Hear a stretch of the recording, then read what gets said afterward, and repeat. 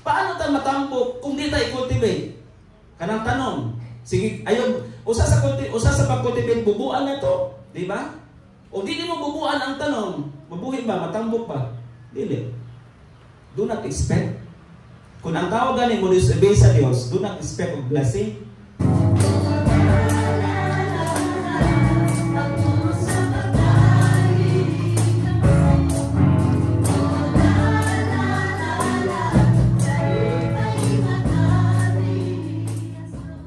Ayaw expect o panalangin kay under pata sa tonglo, di pata mo obey sa Dios, aw samot. Okay sa kung may ganahan mo balik nimo. Wa tay di ta ganahan, walay ganahan mo balik nato ang nagson. Mao nang until now mga igsoon gipakita ratas sa Dios og mga butang para ma-prepare ta. Readiness is very important.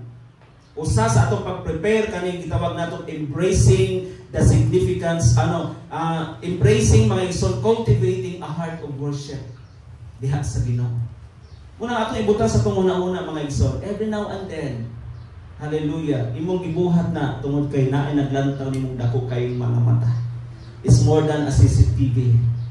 Nakakita si Lord sa imong performance, the style of worship you are during the worship time. During or panahon sa mga pagsimba, nakakita ang Dios ana sa imong kasing-kasing, walay natago sa Ginoo. Nothing is hidden from God. Wa gyud nalilong sa Ginoo mga igsoon.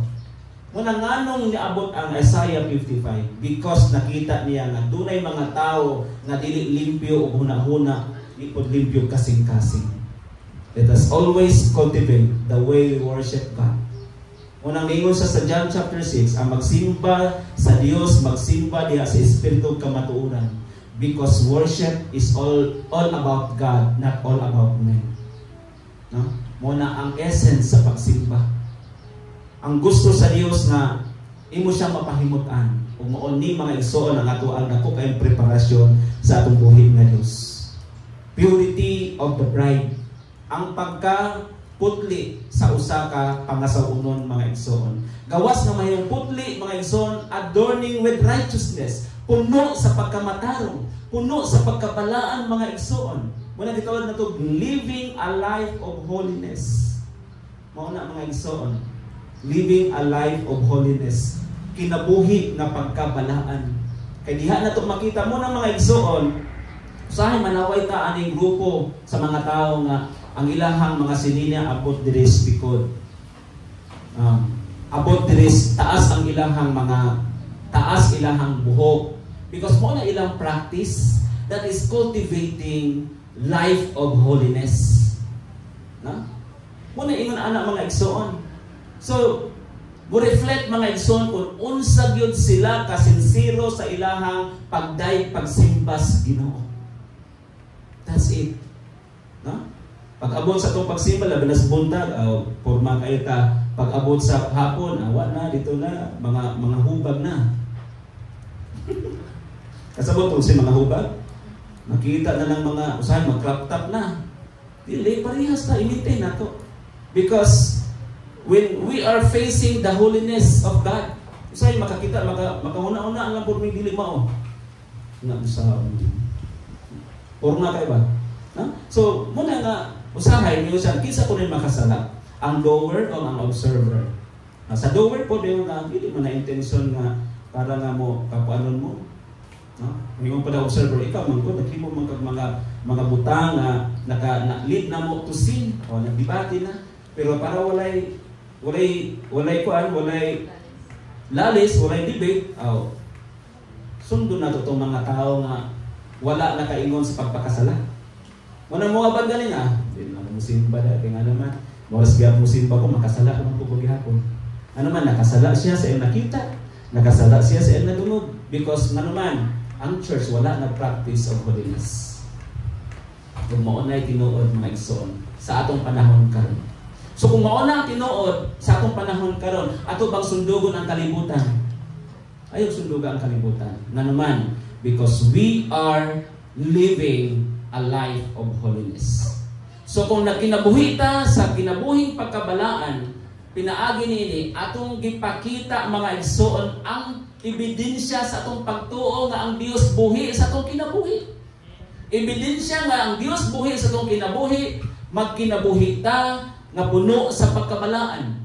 Mao ni ang gusto sa Dios. We are always prone and vulnerable ta sa mga dili maayo na ning kalibutan. Pero naa ang word of God, naa ang pulong sa Ginoo, andam nga mukat, andam nga mo trim, andam nga mo prone, aron nga kung nanggitib naman na pulungan para nga dili mo dako, dili mo silaod, dili maputos ang ato ang kinabuhi hangtod nga di na ta makita sa pagpangalagad sa Ginoo. Dapat di nato hatagan og luna ang kaaway mga igsoon. Mao ni dapat natong buhaton. Dili nato hatagan luna ang kaaway nga maoy mo dumudumdumay sa atong makinabuhi nga hangtod ni anang mga panahon na we are very far from God. Ang gusto sa Dios na we will have always closer and closer and closer to Him.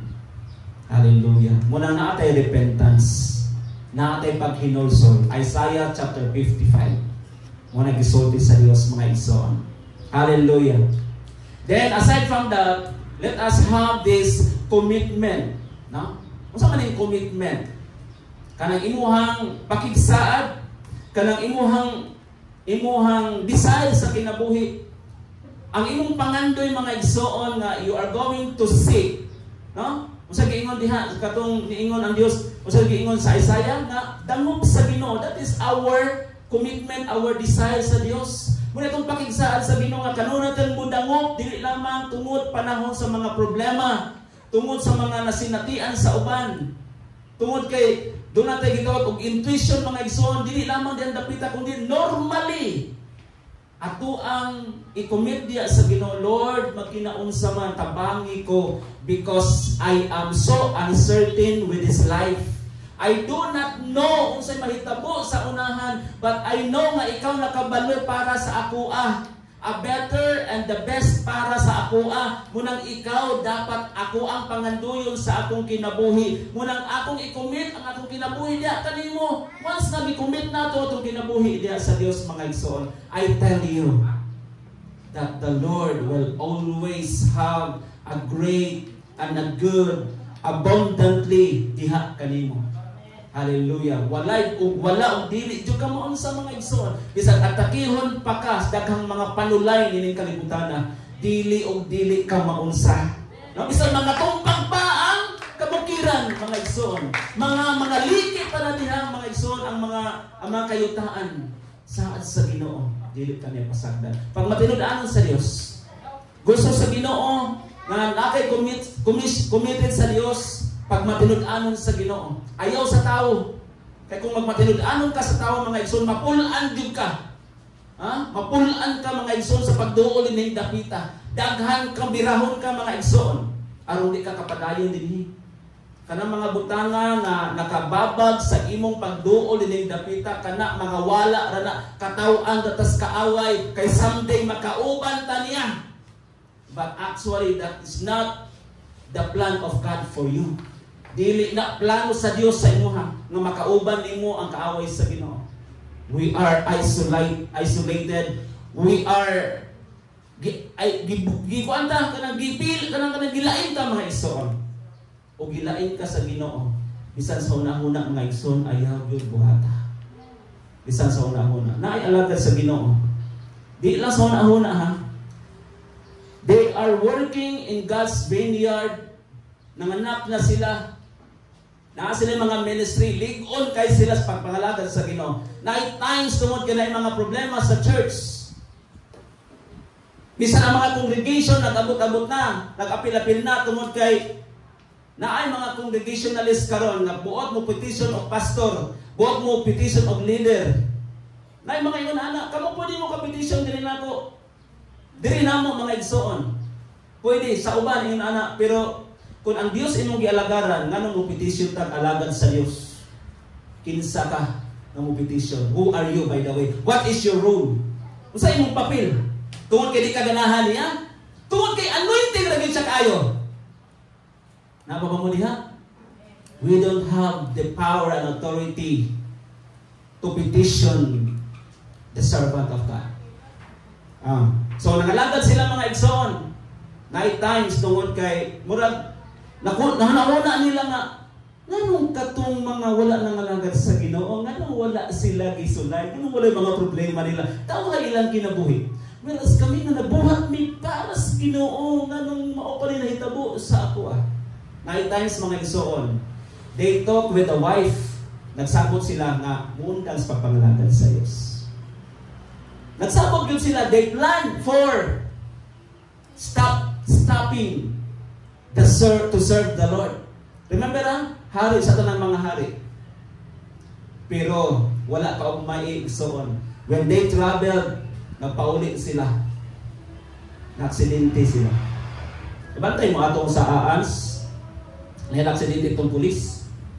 Sila po di ay pagkasunod nasunod po sila. Na sila gikarga something. Muna dili pwede nga ato ang pilupiluhan ang Ginoo sa atong mga commitments sa Dios. Na? Trials are present so that ang Dios mga igsoon mo-work ana ang dapitas kalisod. We have no right mga igsoon to trample without the presence of God. Watay katungod ana nga musulbad sa atong kaugalingon nga problema nga di man gyud ta kasulbad.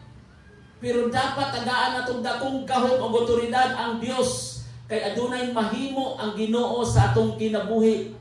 Ayaw og dili gyud ta maghuna-huna nga mubulag ta, mupaundang ta mga igsoon kay moingon na ka mangalagad musimba og madili maura man gihapon. Tan-awa, healthy raman ko gihapon. Pangutana imong espiritu healthy pa ba? Hello?